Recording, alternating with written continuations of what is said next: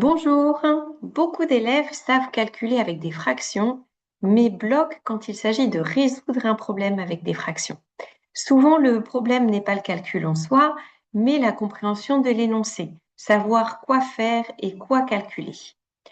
Je te propose une méthode simple pour résoudre des problèmes avec des fractions. Je te montre comment. Pour résoudre un problème avec une fraction ou plusieurs fractions, on applique une méthode en 4 étapes. La première, fondamentale, prends ton temps, lire l'énoncé. Le deuxième, traduire. On va traduire cet énoncé en un calcul. Est-ce qu'on additionne? Est-ce qu'on fait une soustraction? Est-ce qu'on multiplie? La troisième étape, je calcule et je finis par l'indispensable vérification. Est-ce que mon résultat est logique? Est-ce qu'il correspond à mon problème? On va essayer ensemble un premier exemple. Léa mange un quart d'un gâteau le midi et un huitième le soir. Quelle fraction du gâteau a-t-elle mangé? Je lis bien mon énoncé et j'essaye de traduire. Je dois additionner. Elle mange d'abord un morceau et un deuxième morceau. On traduit le « et » par un plus, une addition. Un quart plus un huitième. Attention, petit rappel sur les additions, soustractions de fractions. Je ne peux additionner que si j'ai le même dénominateur. Je dois transformer donc mon quart en 2 huitièmes. 2 huitièmes plus 1 huitième, j'obtiens 3 huitièmes.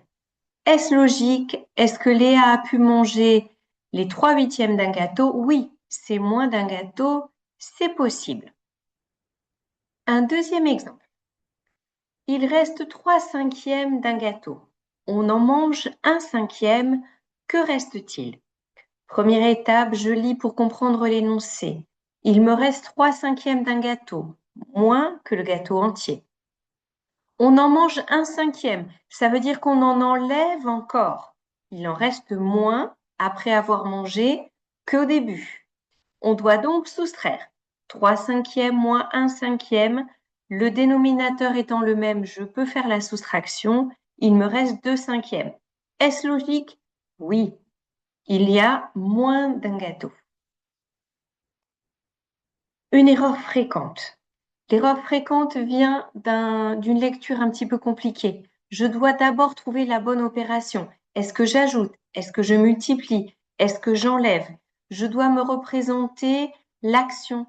Qu'est-ce qui se passe dans mon histoire? Beaucoup d'élèves font le calcul sans réfléchir au sens. Si je mange quelque chose, j'en enlève. Si je mets un morceau et un autre morceau, je les additionne. Un petit exercice d'application. Comme d'habitude, si tu souhaites essayer tout seul, tu mets la vidéo en pause et tu observes la correction ensuite. Un élève lit 2 cinquièmes d'un livre le lundi, puis 1 cinquième le mardi. Quelle fraction du livre a-t-il lu en tout? Je vais suivre mes étapes comme d'habitude. Je lis bien.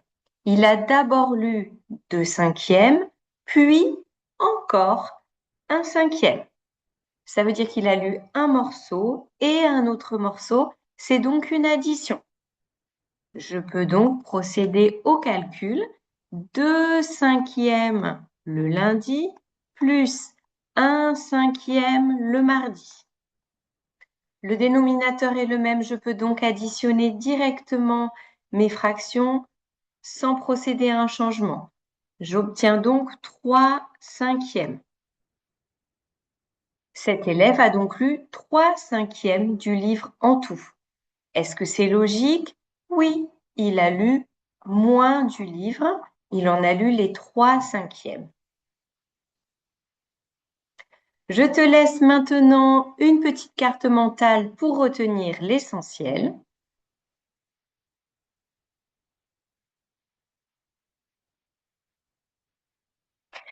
Si tu as besoin d'aide pour reprendre confiance en toi en mathématiques, je donne aussi des cours particuliers en visio destinés à des élèves de collège et de lycée.